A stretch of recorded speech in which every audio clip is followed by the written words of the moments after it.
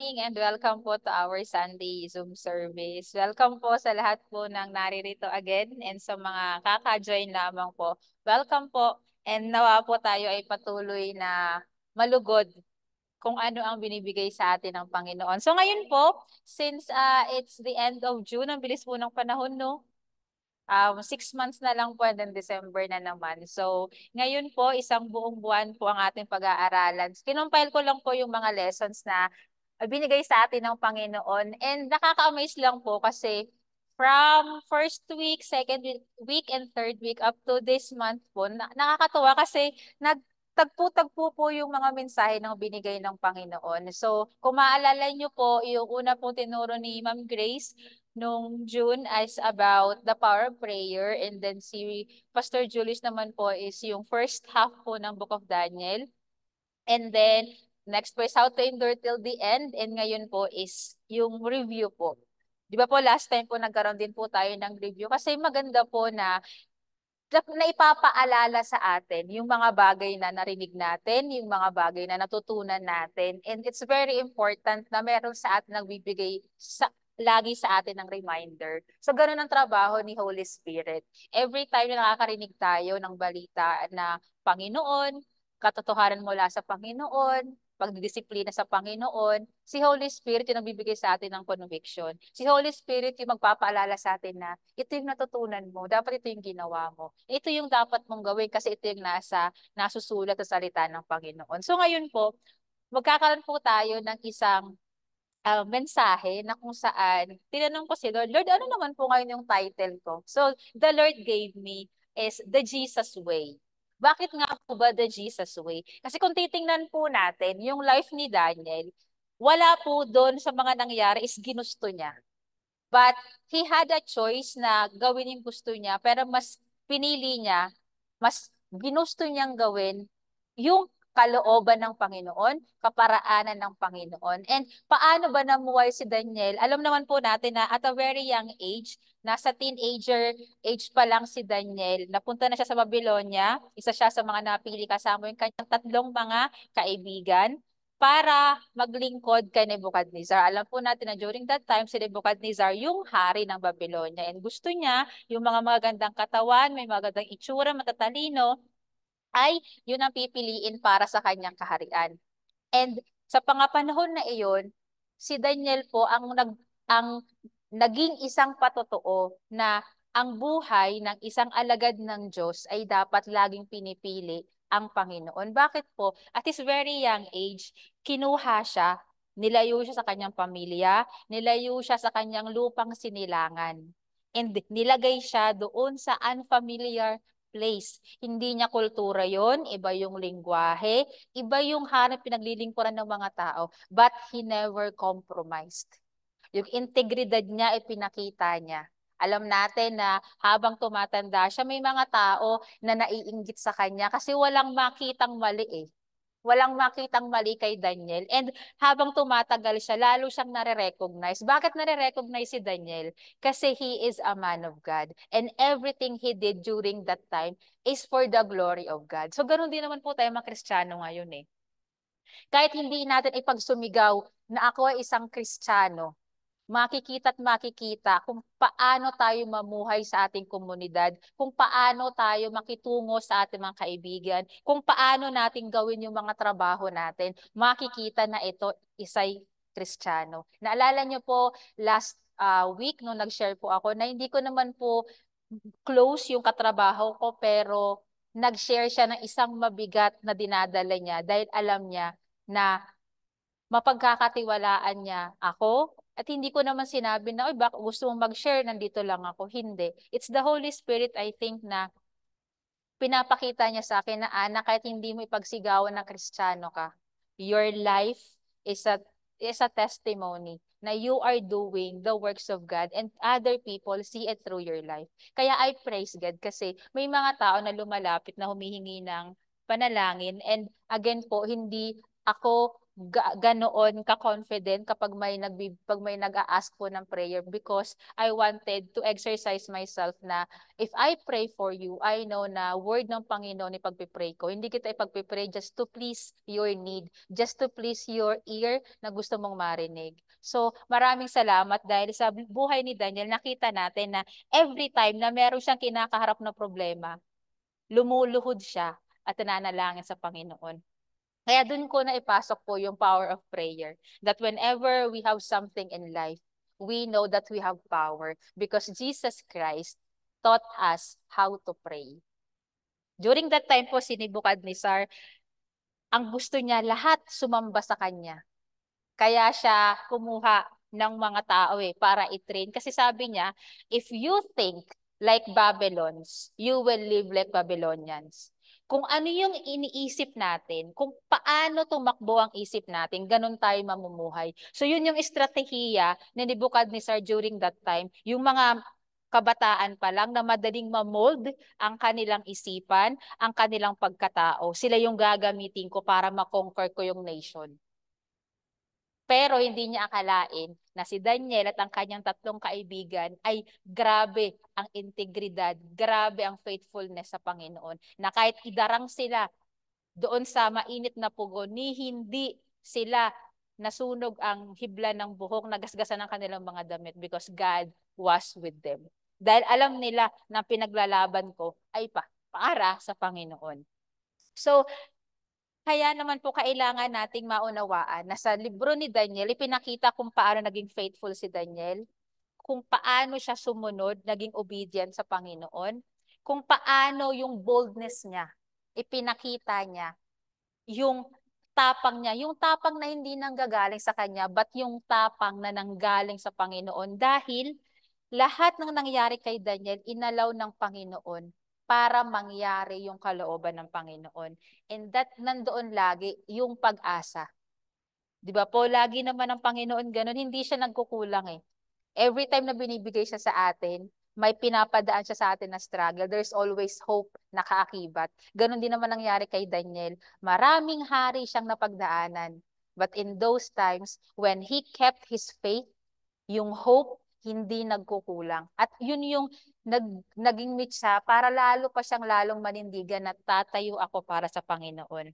So, for the power of prayer po, kailangan nating maintindihan na Jesus' way is when He prayed, it's based on His knowledge of God and the truth of God. So dapat ganun din po tayo. The Jesus way of praying is that dapat alam natin kung ano yung katotohanan sa salita ng Panginoon. Dapat when we pray according to the word of God. We pray according to the truth na ibinibigay sa atin ng banal na Espiritu. Kaya nga po sabi sa Isaiah 55:11, so is my word that goes out of my mouth.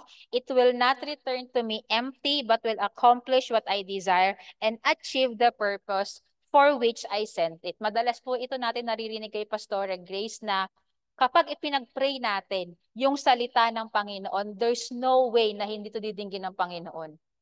Dahil salita niya yun. Especially if our hearts are genuine, if our hearts are pure, and if our hearts ay walang hinuhold na grudge, na sakit sa puso mo, wala kang hinuhold na sama ng loob sa puso mo against people around you. When God sees your heart that you are humble, there's no way na hindi susundin ng Panginoon ang pinapanalangin mo. Especially, ito ay ang kanyang salita na nakasulat. So our prayers are reflections ng relationship natin sa Panginoon. Bakit? Sometimes, lagi natin sinasabi na hindi ko po alam kung paano mag-pray.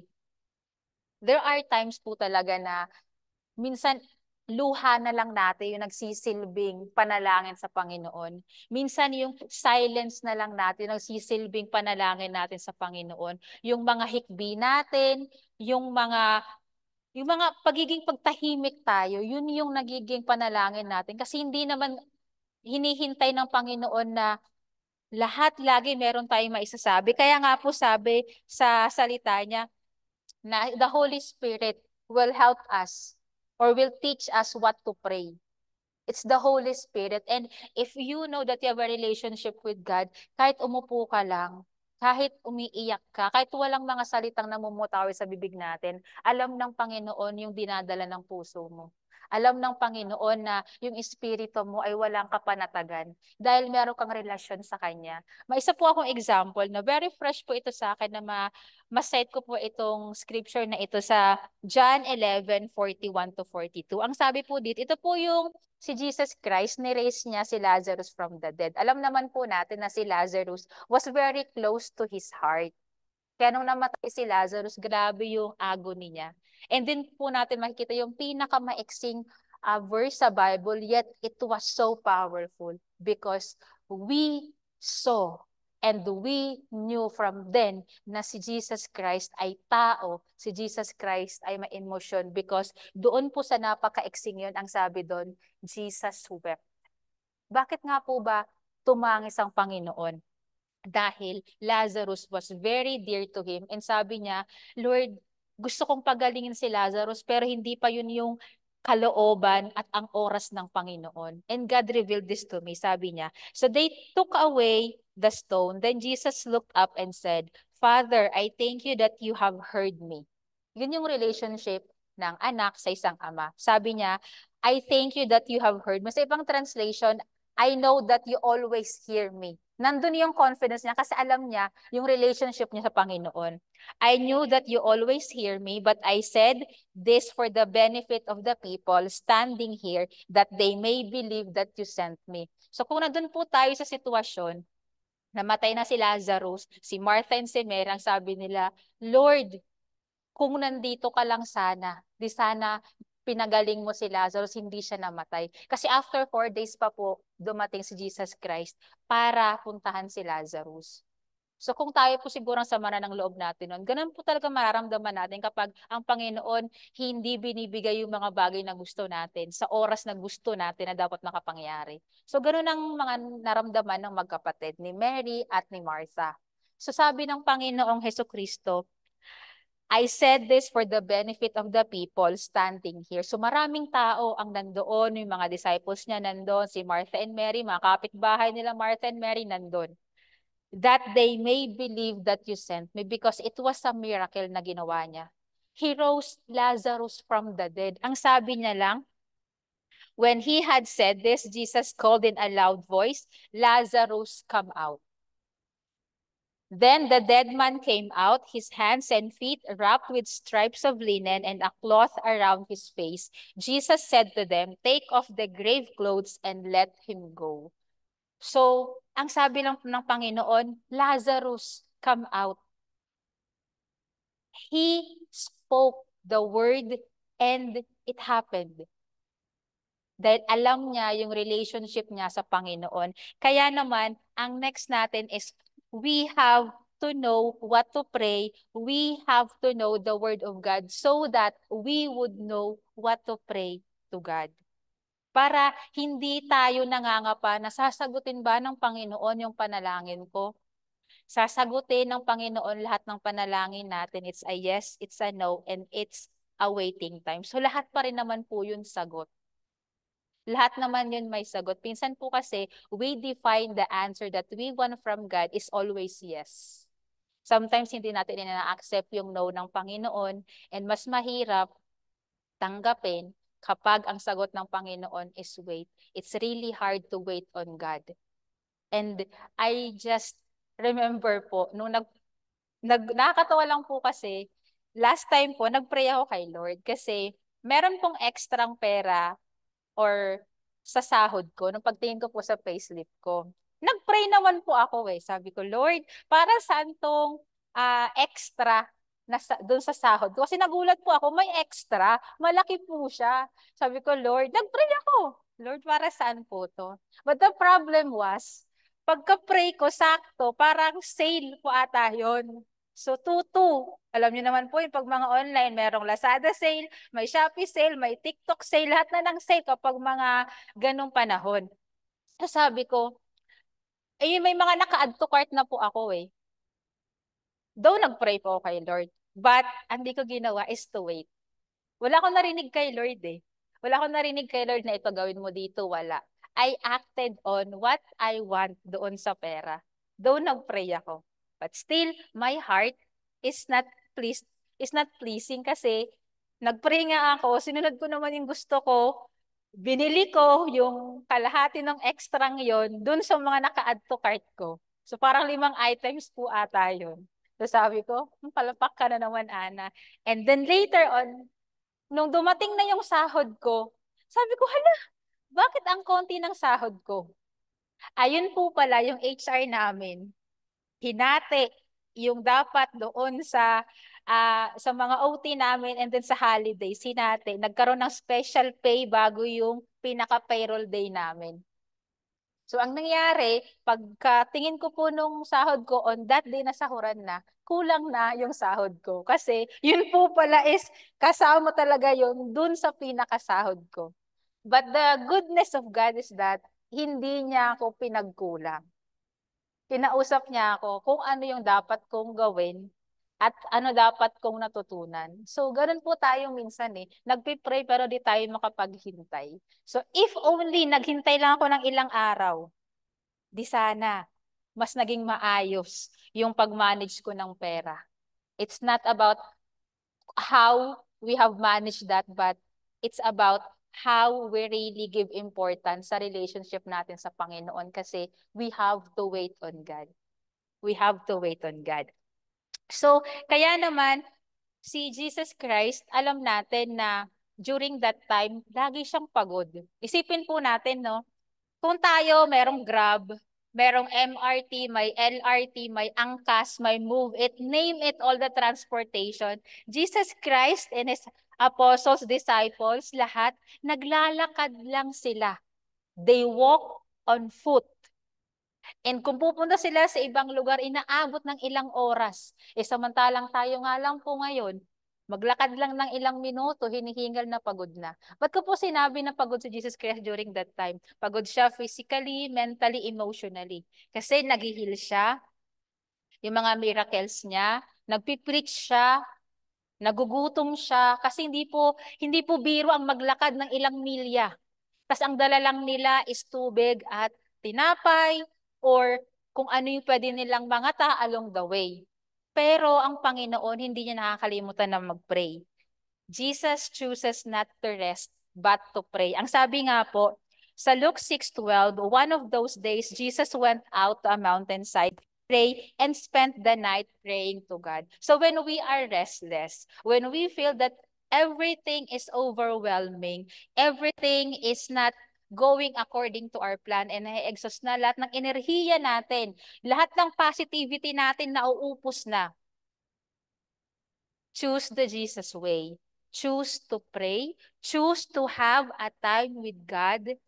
And let the presence of God soak in your whole being. Naalala ko po, may nakita po ako sabi, yung ibang mga legalistic po, kapag may mga elders, may mga nananalangin na nakakatulog, minsan ginajudge po nila. Sabi, dapat dapat kapag nagpipray, hindi kayo nakakatulog. Or dapat kapag nagpipray, laging ready, active ang inyong mga espiritu. And then sabi ko, Lord, masama po bang makatulog sa prayer? Kasi minsan po, nakatulog ako sa prayer. And God answered me, sabi niya, Ana, kapag ang isang bata nasa tatay niya, nasa pili ng tatay niya, tapos ginusto niya or naramdaman niya na gusto niya magpahinga at nakatulog. Sa tingin mo ba yung tatay, tatapikin niya anak niya, "Hoy, gumising ka." Nakuha niyo yung point? So when we are in the presence of God, nandun yung rest, yung kapayapaan, na parang gugustuhin mo na lang at hahayaan na ng espiritu mo na okay, magpahinga ka, matulog ka, sa presensya ng Panginoon. Kesa naman ipaglaban pa natin yung pagpipray natin, na iba rin ang pagpipray natin, puro na lang sarili natin kesa magpahinga. Sabi ko, o nga po no Lord, if we have a relationship with you, hindi namin iisipin na, Lord, sorry, nakatulog ako. Instead, Lord, thank you, nakapagpahinga ako sa presensya mo. And we have this kind of presence with God if we choose to be in His presence. And while we pray, if we are in His presence, nandun yung kapahingahan. Kaya the Jesus way is, when you want to have rest, pray. pray to God. Bakit po? Kasi ang sabi diyan, si Jesus Christ, ano siya, mas strategy siya kasi sa mga lugar na pupuntahan niya, sa mga taong gagamitin niya, and yung mga disciples niya, apostles niya, hindi naman natin nagkakasundo eh. Kung tayo nga po sa ministry, may mga kiskisan, may mga inggitan, may mga tupakin, may mga toyoin, may mga may mga bagay na gustong insist. Alam mo, hindi pagkakasundo-sundo. Ganon din po yung mga tagasunod ni Jesus Christ. Hindi sila perfect. Hindi sila perfect na pagkasabi ni Jesus na follow me and we will make disciples. Hindi naman po sila perfect eh. Si Matthew, di nila tanggap kasi tax collector. Si Peter, mayabang, arrogant. Si Thomas, napakaliit ng pananampalataya. Yung iba, mainitin ng ulo. Gusto laging may away. But Jesus Christ, when He prayed to God, He know what to do with His disciples and His apostles. Alam niya kung anong gagawin niya. Kaya that is the beauty when we pray to God. When we have a concern, we pray to God and then bibigyan tayo ng kaliwanagan ng banal na espiritu na ito dapat ang gawin mo. Ang sabi sa Hebrews 4:16, let us then approach God's throne of grace with confidence. If we have relationship with God, kung may nagawa kang kasalanan bago ka pa manalangin and you have repented it, dapat po may confidence tayo. Dapat po nandoon yung confidence na yung grasya ng Panginoon, yung habag niya natanggap ko na. Because it's a relationship. So that we may receive mercy and find grace to help us in our time of need. So see, the power of prayer is knowing that the one you are praying for and the one you are praying with is you have a relationship. And si Jesus Christ, sa lahat ng mga responsibilities niya na kailangan niyang gawin during His ministry, kapag nagpipray siya, lagi siyang may dalang kasagutan sa Panginoon. Sabi nga sa Romans 8:26, in the same way, the Spirit helps us in our weakness. We do not know what we ought to pray for, but the Spirit Himself intercedes for us through wordless groans. Ito po yung sinasabi natin na kahit hindi natin alam yung sasabihin natin, when you choose to enter in the presence of God, the Holy Spirit will lead you to pray, will help you and your heart to be open to God na ito ang panalangin mo sa Ama. Kaya alalahanin po natin na we have a great reminder lagi. Ang banal na espiritu, lagi yan magre-remind sa atin if we let Him be. So sabi, ang prayer gives us guidance, power, and courage to do the things of God.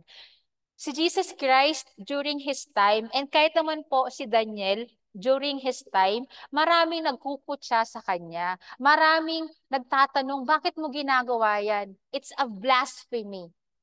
Isang pagyuyurak yan sa pangalan ng banal na Panginoon. Bakit mo sinasabi na ikaw ang anak ng Diyos? Bakit mo sinasabi na ikaw ang Messiah? So, marami nagkukutya.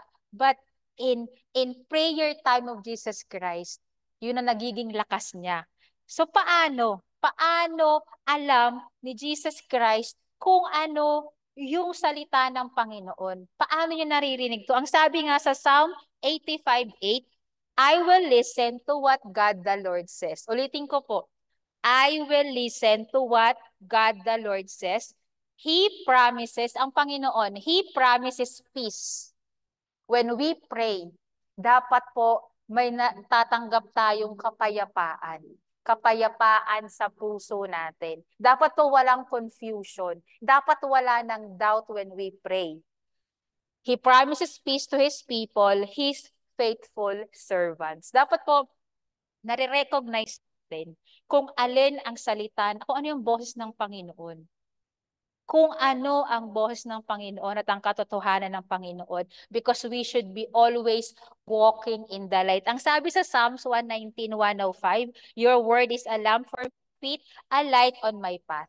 So, if we receive the truth from God, a direction, a guidance, and a courage from God, we should be having a wisdom to decide on things para sa buhay natin. To decide sa mga bagay na kailangan nating pagdesisyonan. Because when we pray, hindi pwedeng walang madadagdag sa atin. Nababawas yung mga character, yung mga kasalanan, yung galit, yung jealousy natin, nababawasan yung mga hindi pleasing before God na pag-uugali natin at nadadagdagan ito ng mga bagay na nakakatulong para tayo ay patuloy na makalakad sa Panginoon. Dapat po yung bunga ng banal na Espiritu Santo ay namumunga sa buhay natin dahil when we pray to God, nababawasan yung pagiging tayo at nadadagdagan yung pagiging kamukha natin ni Kristo. That's the power of prayer. And dapat po, marami nagtatanong, paano? And I hope po sana hindi na natin nagiging question na paano ko malalaman kung si Lord yon narinig ko, kung si Lord yung bibigay sa akin ng instruction, kung si Lord ba talaga yung nagsabi nito, baka hindi naman. Dapat po hindi na tayo ganoon ka-skeptic and ka-doubtful kung si Lord pa rin kasi dapat po lagi tayong nagbabasa ng salita ng Panginoon, lagi may tumatayo dito every Sunday. Dapat po nandun na yung confidence natin na I know na ito yung gusto ng Panginoon. And paano nga po ba talaga dapat natin yon marirecognize?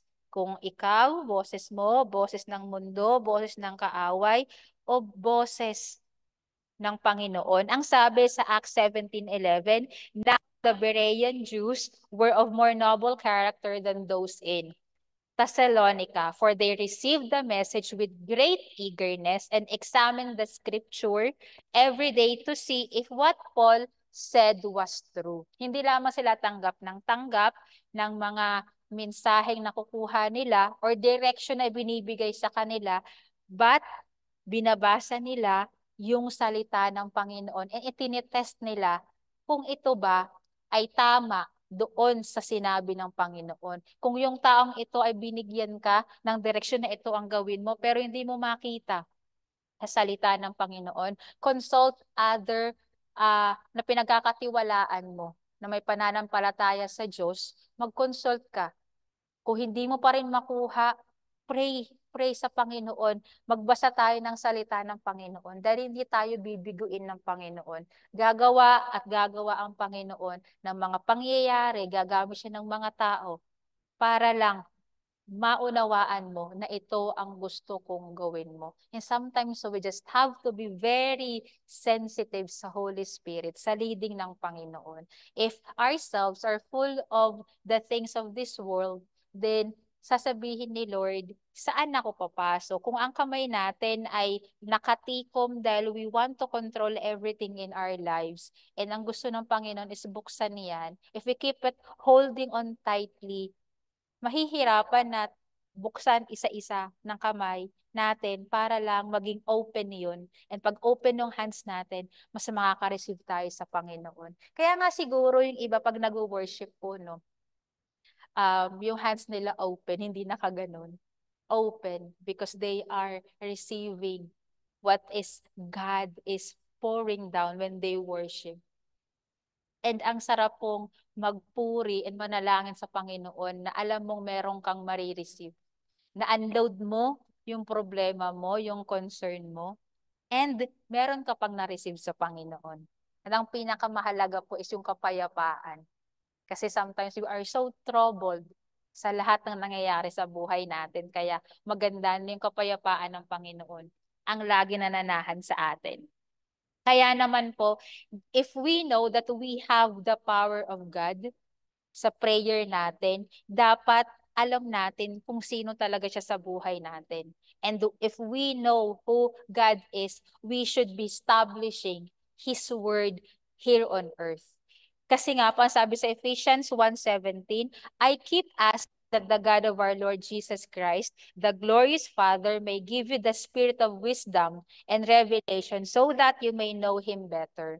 So, ang Panginoon ang nagbibigay sa atin ng revelation kung sino siya. ang nagbibigay sa atin ng karunungan, ng katalinuhan, kung sino siya, para lalo pa natin siyang makilala. Naalala niyo po, sa scripture nung tinanong ni Jesus Christ, yung mga apostles niyo, who do you say I am? And then iba sabi, ikaw si ganito, ikaw si ganyan. Pero ang sabi ni Peter, you are the Son of God. So hindi yon dahil lang alam ni Peter, ni-reveal yon ng Panginoon kay Peter. Kaya nga sabi ni Jesus Christ, upon this rock, I will build my church, and the gates of Hades will not prevail. Because that is the revelation. The rock that we have on is yung revelation. And kapag meron po tayong revelation na nanggagaling mula sa Ama, we are confident na, Lord, thank you sa relationship na patuloy mong wino-work out sa atin, na patuloy mong pinapakita sa atin na workable ang relationship natin, Ana. Hindi ito lang lagi ikaw, ikaw, ikaw. Dapat ako din.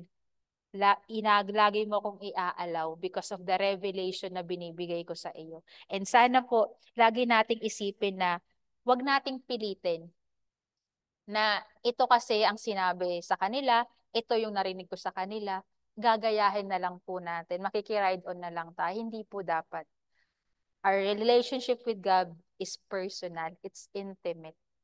And may mga bagay na nire-reveal ng Panginoon na sa akin lang, sa mga ibang tao lang, na dapat you should know how to seek din kasi meron din kayong personal relationship with God. Hindi naman sa Lord namimili lang na ito lang re-reveal ko sa'yo. God reveals something about Himself if our hearts are open before Him, if we are humble enough, and if we are willing to obey. Because if we're not willing to obey, magkakasala lang po tayo ng magkakasala.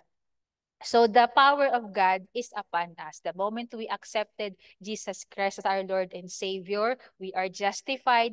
The justification is there, but we have to be sanctified day to day. Yung sanctification is hindi pa rin to natatapos kasi yung sanctification, it happens sa inner life natin. Kaya nga sabi sa Luke 4:18, the Spirit of the Lord is on me.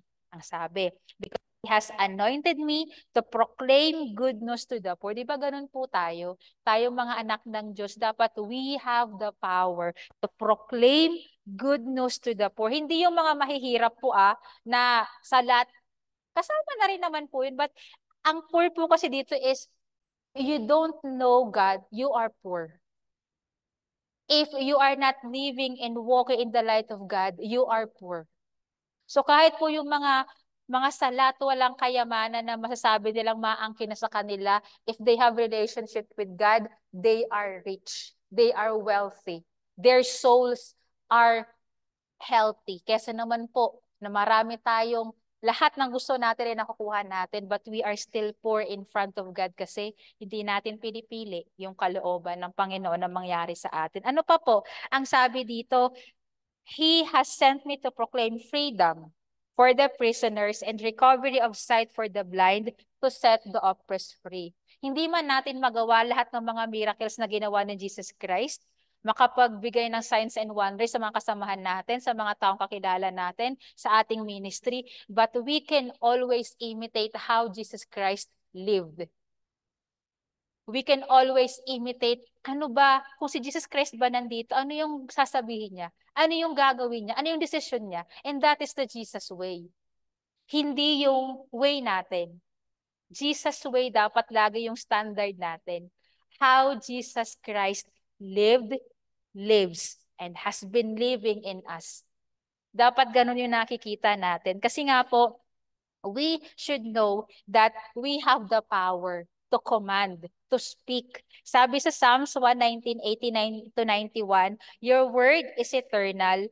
It stands firm in the heavens. Your faithfulness continues through all generations.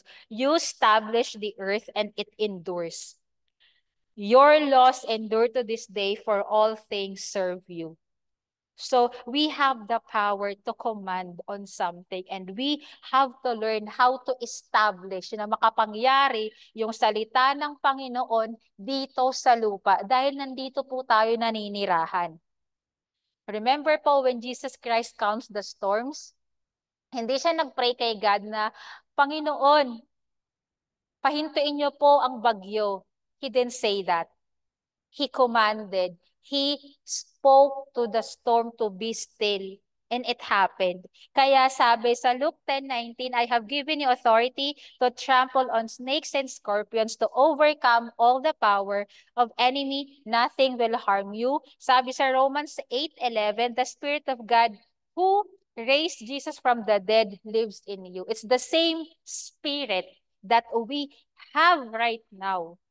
We have the power because Jesus Christ died for us, and the same power that rose Jesus Christ from the dead is the same power that lives in us. Dapat nauunawaan po natin yun. Hindi lang tayo hingi ng hingi, but we should know how to command. Di ba lagi po yung sinasabi ni Pastora Grace? We can command because we have the power and authority to establish the Word of God here on earth. But in order to do that, we need faith. We need faith po. Sabi sa Romans 10:17, consequently, faith comes from hearing the message. How do we hear the message? To read the Word of God. And the message is heard through the Word about Jesus Christ. Our faith will not grow if hindi po tayo nagbabasa ng salita ng Panginoon. It will never grow because that is the foundation. And mapapansin nyo po, yung pananampalataya po natin, lagi nakaakibat yung pagiging pasensyoso. Faith and patience. Kasi if you are not patient enough to wait doon sa hinihingi mo sa Panginoon, yung faith mo nagka-crumble. Na-realize ko lang po yun, na yung faith natin dapat may kaakibat na patience because one of the hardest thing to do is to be patient, to wait on God. And yung faith natin nandiyan, pero sometimes hindi tayo pasensyoso sa mga bagay. Hindi tayo marunong makapag-antay. Yes, naniniwala ka, nananampalataya ka. But because hindi ka makapag-antay sa tamang oras ng Panginoon, sa kaparaanan ng Panginoon, sa karunungan ng Panginoon, nadidefeat yung faith eh. And we should have to understand that. And sometimes po, ako po may mga panahon po na sabi ko, Lord, give me clarity.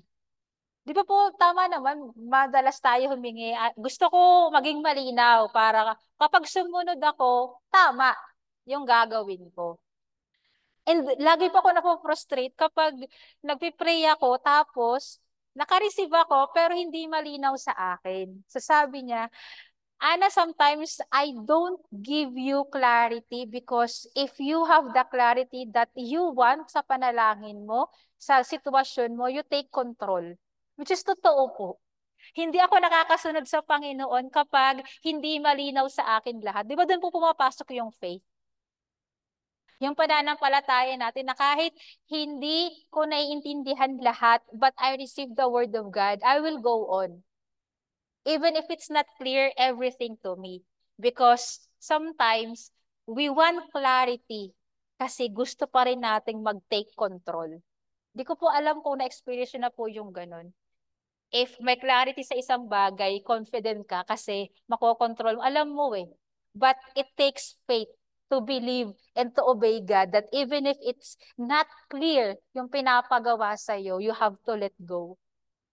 And hahayaan natin na yung lampara ng salita ng Panginoon ang magbibigay sa atin ng ilaw the moment we step in doon sa pinapagawa niya.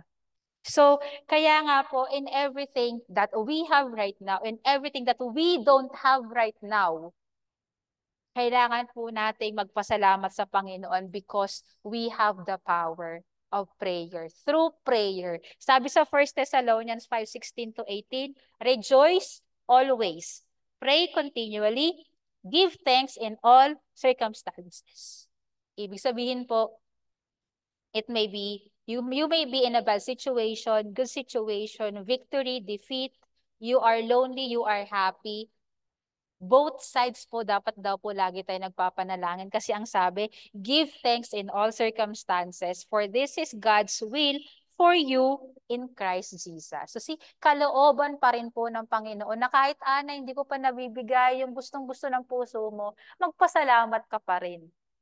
Kahit hindi ko binigay, magpasalamat ka pa rin. Because there is something in your character na na-build, na na-unleash, kahit hindi ko binigay yung bagay na iyon. And in that, nag-grow tayo na maging lalong kamukha si Kristo, and dapat pa rin tayo magpasalamat. Yung nanay ko nga, sabi ko po, yung nanay ko kahapon, meron pong incident na nangyari. Sa tapat po ng tindahan namin, may nang hold up, may Bombay. Alam niyo po yung Bombay? Yung mga nagbibigay ng parang small ah pautang. Tapos, yung nanay ko po, meron siyang kinuha. Tapos, dumaan na po doon yung naniningil na Bombay. Yung kapatid kong bunso, si Kuting, yung nandoon. And then, akala po ni Kuting, yung dalawang lalaki na kamotor, kakilala nung Bombay. Kasi yung cellphone ng Bombay, nandito lang daw po, kinuha, bumaba. Tapos, kinuha yung wallet. So, yun po pala, hinold up na yung Bombay na naniningil. So, kinuha lahat ng collection niya and all, pati yung cellphone, pati yung susi ng motor niya, kinuha. Sabi ko, Kuting, anong nangyari? Ganyan, ganyan. Kakagising ko lang po kasi. Sabi ko, anong nangyari? And then, we found out na na-hold up po pala yung Bombay. So, yung nanay ko, bida-bida po ang nanay ko, wala na po maging kapitana sa barangay namin. Lahat ng CCTV na meron po doon sa street namin, kinausap niya yung mga may-ari, nagtawag na ng barangay and all, lahat ng mga kilala, ganun na. And then, pag-akit niya sa bahay, di mo lang, umalis na yung Bombay, di mo lang daw nagpasalamat. Sabi ko, ba't ka pa naghihintay ng pasalamat? Kung ginawa mo naman na yung tulong na alam mo, kailangan mong gawin. Tsaka, kung Bombay yun, hindi naman ata sila sanay na magbigay ng thank you. Sabi ko, ba't ka ba nag-expect na mag-thank you? So, alam mo po, yung ganun po tayo minsan. Sometimes, even if, yung genuine naman yung heart natin sa pagtulong, but sometimes at the end, gusto po rin natin makarinig ng, ay, thank you. So, this in the same way with God po, no? Na kahit hindi yun yung gusto natin, taliwas sa gusto natin makapangyari yung mga bagay-bagay, still, we have to say thank you sa Panginoon.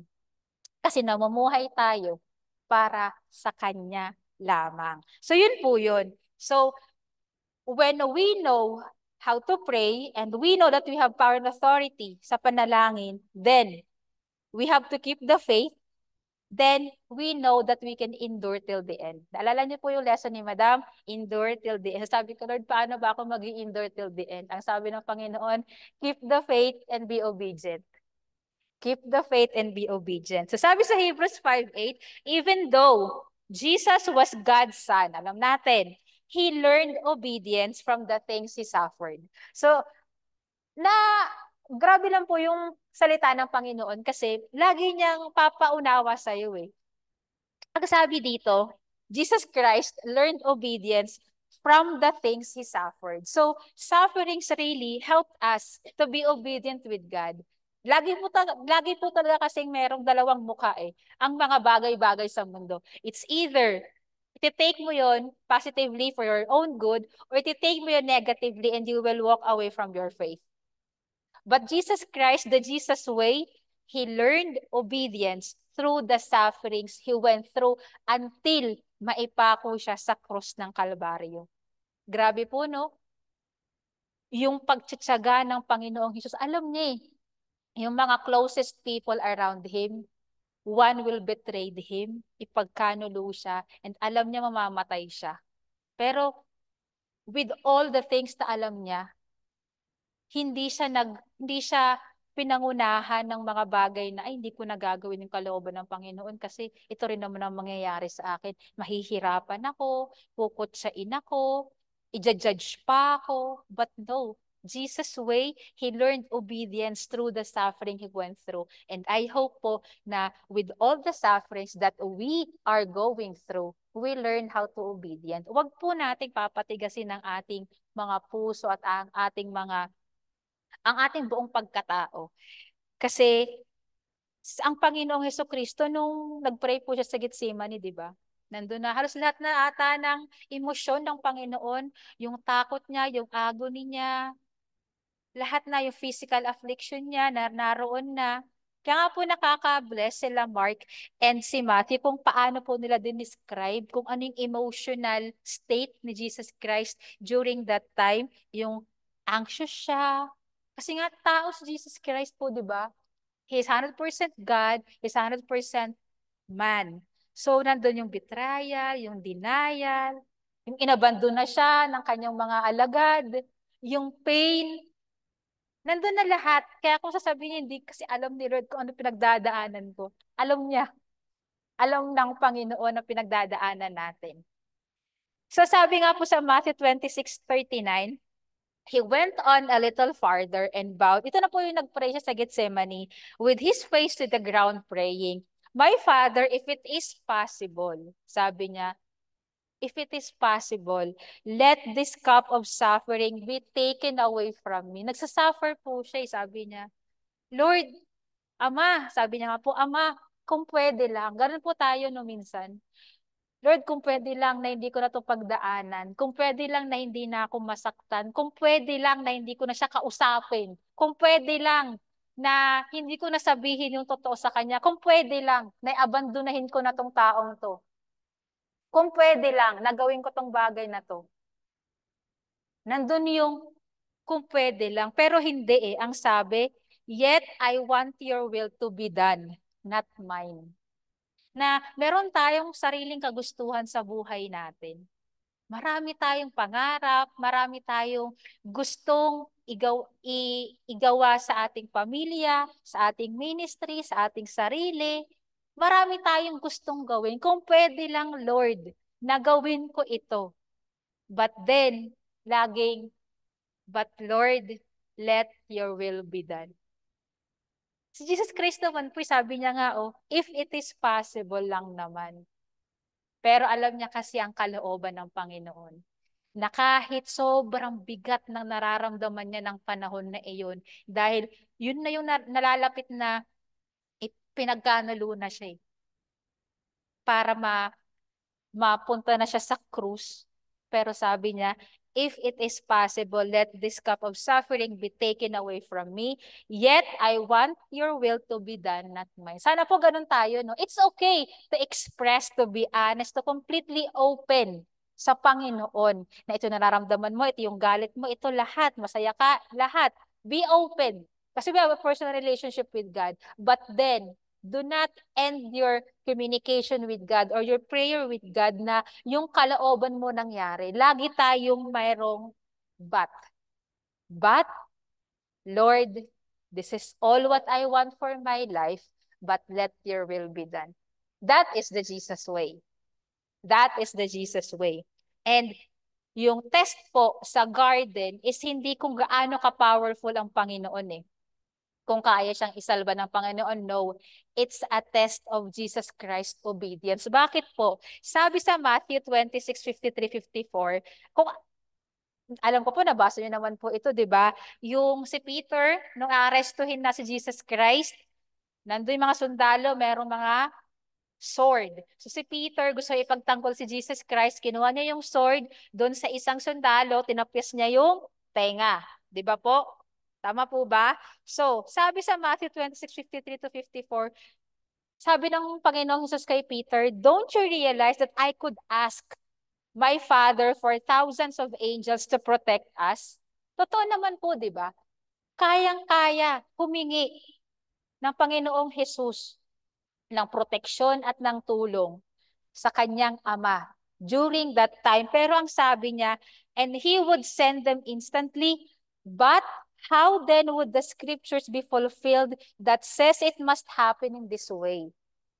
So ang point po is, oo, makapangyarihan ng Panginoon. Walang imposible sa Panginoon. Pero kung hahadlangan ko ng gusto ko na ang mangyayari sa sitwasyon na ito, hindi mangyayari ang kalooban ng Panginoon. So, kung nanghingi ang Panginoong Jesus ng tulong sa Panginoon, ang sabi, He can send thousands of angels. Ang sabi po dun sa Bible, 12 legions. Tiningnan ko, gaano ba karami ang 12 legions? So sabi ni Mr. Google, ang 1 legion daw po of army is equivalent to 6,000. 6,000 armies. So ang nakalagay po sa Bible is 12 legions. So yung mga galing po sa math, so i-times po natin yan, nung tiningnan ko, 72,000. So sabi ko, wow, yun pala yung kayang i-dispatch ng Panginoon, yung army ng Panginoon, 72,000 warrior angels para matulungan si Jesus Christ. But Jesus Christ didn't choose that path. He chose to obey the will of God. And that is, maaresto siya at mapako sa krus. Kasi merong isang plano na dapat mangyari na si Jesus Christ lamang ang dapat maging sakripisyo para sa ating mga kasalanan. So, ganun din po tayo. Merong mga bagay sa buhay natin na tayo lamang ang makakagawa na kapag pinigilan natin iyon, we are letting the hands of God tied. Kasi we have our own will. We have our own choosing to do whatever we want to do sa buhay natin. But God always give us the choices, life, and the truth, and me, sabi ng Panginoon. Kaya sabi nga po sa Romans 6:16, kasi pwede po talaga mag-disobey si Jesus Christ eh. Ang naalala ko pang sabi nun ni Pastora Grace, iko-quote ko po sabi niya po doon ni Pastora Grace, if you will not obey, God still loves you.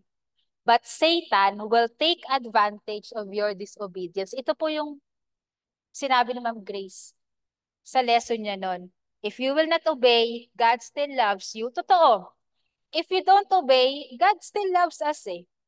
But, ang magte-take advantage po nun ay si Satan. Magte-take advantage yung carnality natin sa pagkatao natin. Ano po sabi sa Romans 6:16? Do you not know that to whom you present yourselves slaves to obey, you are the one slaves whom you obey? Kung sino po yung sinusunod natin, dun po tayo nagiging slaves. Whether of sin leading to death or of obedience leading to righteousness. So meron po akong illustration dati when way back 2017 po ata 15 ganyan. Nasa first work ko po ako. Meron daw pong dalawang leon na may dalawang leon na parehong gutom.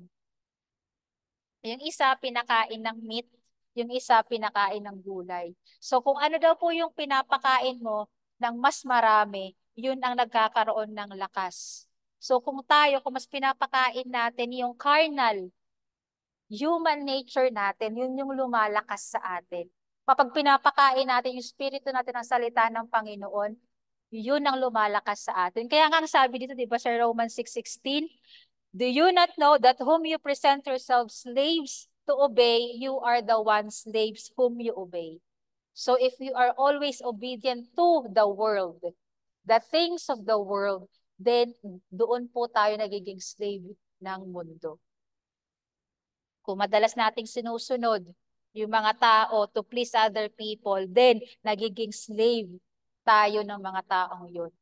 If we continue to let the ministry, ang pinagsisilbihan lang natin, yung ministry, ang nagiging nagkukos para maging slave tayo. Kaya nga sabi sa salita ng Panginoon, whether of sin leading to death or obedience leading to righteousness. And kailangan po nating maintindihan, though one of the reasons and main reasons why we are enduring up until now sa mga kapatiran po is to bring glory to God. I think that's the best calling na binigay sa atin is to glorify God. Ang sabi nga po sa John 12:27-28, now my soul is troubled and what shall I say? Father, save me from this hour. No, it was for this very reason I came to this hour. Father, glorify your name. Then a voice came from heaven, I have glorified it and will glorify it again. So, kaya po si Jesus Christ yung nasa krus. Dahil yun ang will ng Panginoon, and because yun ang will ng Panginoon, nag-glorify ni Jesus Christ ang ating Ama sa langit. Kasi ang sabi, Father, save me from this hour. No, it was for this very reason I came to this hour. Lahat ng nangyayari sa buhay natin na inalaw ng Panginoon ay merong dahilan para sa ultimate plan niya sa buhay ng bawat isa sa atin. Walang tapon, walang sayang.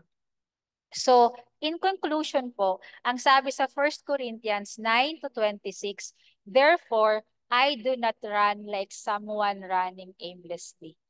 If we are enduring till the end, that means we are fighting. That means we are choosing the Jesus way. That means we have the race to run. Ako po, I decided like last February to jog para po maging fit, ganyan, mas magaan sa pakiramdam. Kasi po, graveyard shift po ang trabaho ko.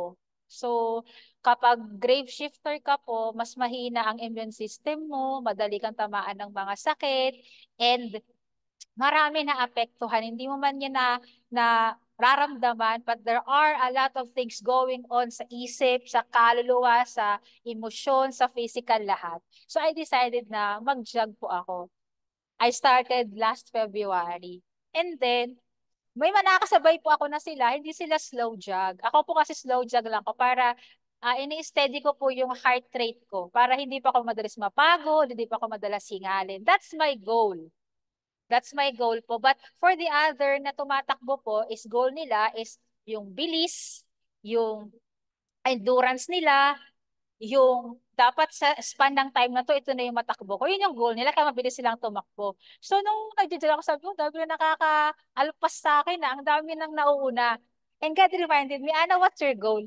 Sabi ko, Lord, ano lang, slow jog. Di ba po, ang jog, slow lang. Slow run. So ako po, slow jog pa, mas mabagal pa. Alam po yun nila, Janelle, kung gaano ka bagal mag-jog. And then, God gave me a revelation na, Ana, if you are walking with me or running with me, you will never be late. Eh.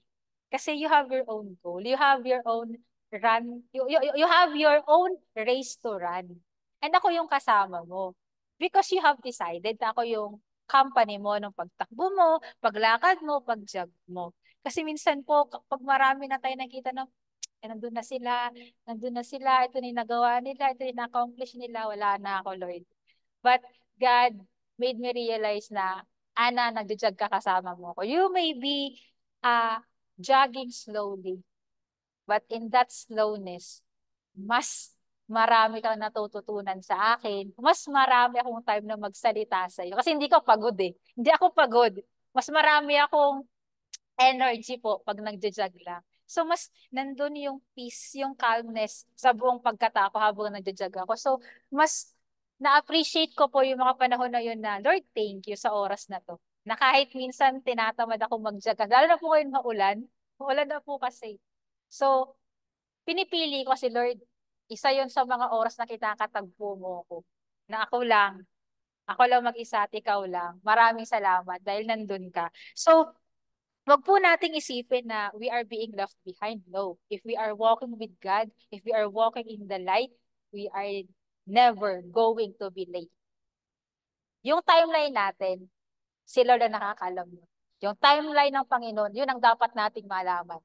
At yun ang goal natin. So, are we finishing well na po ba sa takbuhin Kristiyano natin? Kasi nga po, gusto ko ulit tumakbo sa mga race po. Dati po kasi nung college po ako, tumatakbo po ako sa Milo Marathon.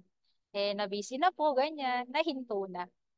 So, sabi ko, Lord, sa pagtakbo ko po, paano ko malalaman na yung pagtakbo ko ay okay pa? Paano ko malalaman na sa pagtakbo ko sa karera ng buhay ko bilang isang Kristiyano, makakarating ako sa finish line? And God said to me na, remember Anna, sabi ko, you keep the faith and be obedient and be humble, then you will finish the race well. Because sabi ko po, gusto ko na kapag natapos ko yung takbuhin ko, karera ko sa buhay kong ito, nandun si Jesus Christ. Sabi niya, well done, my good and faithful servant. Ito na yung trophy mo. Ito yung reward mo. Nakita ko si Jesus Christ face to face. So, if we are running our race, then it doesn't matter kung yung pagtakbo natin mabagal, mabilis, nadadapa tayo. Because finishing well is guarding your heart against all the negative things na binabato ng kaaway. It's guarding your heart against offense. Na realize ko lang din po no, sa pamamagitan ng Panginoon. Na when we are offended, that means we are being convicted. Sa mga Christians po ang offense, I took it na if I'm offended by someone, that means the Holy Spirit is convicting me, yung puso ko. Ibig sabihin, there is something in me na gustong i-correct ng Panginoon. That's why I felt offended. Kasi kung hindi naman, yun, kung hindi ka makaramdam ng offense, kung walang something sa puso mo. So, that offense, I take it na God is convicting me. So, dapat, kapag nakaramdam ako ng offense, hahayaan ko na makonvict ako, i-convict ako ni Holy Spirit, and I will pray to God na i-search na yung heart ko, na yung heart ko is pleasing before Him. Because it's a blessing that we receive the truth from someone standing here, from people around you, from the situations, from the Word of God. It's a blessing to receive a truth. Bakit po? Because when we know the truth, it sets us free. And when we are free indeed. So, again po, if you are convicted or being convicted, ipadil natin yung offense na meron tayo. It's the offense. If we are offended, that means God is making a way to let you know that I am convicting you, Anna. That's why you are feeling that way. So, if we are finishing well, keep the faith, guard your heart, anything na hindi pleasing sa Panginoon, especially yung mga inner thoughts natin. And if you are finishing well, you have to keep our focus. Keep our focus sa ating Panginoon, the author and the finisher of our faith. And we have to keep on pressing on. Di ba nga po si Paul, I love Paul. Kapag pinag-aaralan ko po yung buhay ngayon ni Paul, sabi ko, Lord, thank you sa buhay ni Paul at ng mga apostles mo kasi because of them, we Gentiles, we came to know you. Kasi kung hindi sila nakinig sa Panginoon, walang Gentiles, walang mga Pilipino na makakarinig ng salita ng Panginoon. So, sabi ko, Lord, thank you. And we have to press on. Sabi nga ni Paul doon, press on, forgetting on what is behind. I press on. And we have to be excited sa pagdating muli ng Panginoong Jesus. We have to be very excited. Yung iba natatakot sa rapture. Dapat po tayong mga Kristiyano, we should be excited kasi we know that the rapture is the coming, the second coming of Jesus Christ. So, iwan ko po kayo sa mga salita ng Panginoon. Sa 2 Timothy 4:7-8, I fought the good fight. Ito po yung sabi na ni Paul, yung huling letter niya kay Timothy. Si Timothy po, ito po yung mentor niya para maging successor niya. So sabi niya kay Timothy, I have fought the good fight, I have finished the race, I have kept the faith. Now there is in store for me the crown of righteousness, which the Lord, the righteous judge, will award to me on that day. Kasi grabe rin po yung pinagdaanan ni Paul. He was one a persecutor ng mga Kristiyano and kay Jesus Christ, but he became one of the way paano makakilala ang mga Gentiles. He preached the word to the Gentiles. That is Paul. Kaya nga sabi niya, I have fought the good fight. I have finished the race. I have kept the faith. Kaya excited siya na makuha niya yung reward niya. And not only to me, but also to all who have longed for His appearing. Sabi sa 1 John 4:4, You, dear children, are from God and have overcome them, because the one who is in you is greater than the one who is in the world. Sa Luke 22-32, we should ask for more faith para we keep on enduring sa Panginoon. But I have prayed for you, Simon, that your faith may not fail you. Ito yung si Jesus Christ nagpray. Ulitin ko po, I have prayed for you, Simon, that your faith may not fail, and when you have turned back, strengthen your brothers. So tayo po, kapag nakakaalpas tayo sa mga suliranin natin sa buhay, and if we are receiving the truth, we are receiving answers sa Panginoon, dapat po nagiging strength din tayo ng ating mga kasamahan na magbibigay din po tayo ng kasagutan sa kanilang mga katanungan sa buhay, because we are the messengers of Christ. And sa Jude 1:20, but you, dear friends, must build each other up in your most holy faith. Pray in the power of the Holy Spirit. So, ganun po. Dapat po, we have to pray sa kapangyarihan ng banal na Espiritu Santo. And if we have a prayer, a lifestyle of prayer, our faith will continue to grow. And if our faith is growing, then we can endure till the end. Because we can only please God if we have faith. So maraming salamat po, and I hope po na marami po tayo natutunan. And next Sunday po, Pastora Grace will be starting the book of Revelation. So sama-sama po nating basahin ang last book ng Bible na sinulat po ni John. And let's have time dahil alam po natin na marami po tayong matututunan sa salita ng Panginoon. So thank you. And Lord, maraming salamat po sa kabutihan mo sa bawat isa. May we continue to be strong in the grace that we have in Christ Jesus, God. We thank you, O God, for the truth, Panginoon, na patuloy mong ibinibigay sa amin. Lord, may this continue to grow in our hearts and manifest in our lives, O God. Maraming salamat po. Lahat ng ito'y tinataas namin sa pangalan ng iyong anak na si Jesus. Amen. So, maraming salamat po. Nawa piliin natin na laging sa piling ng Panginoon tayo mamamalagi sa kanyang presensya.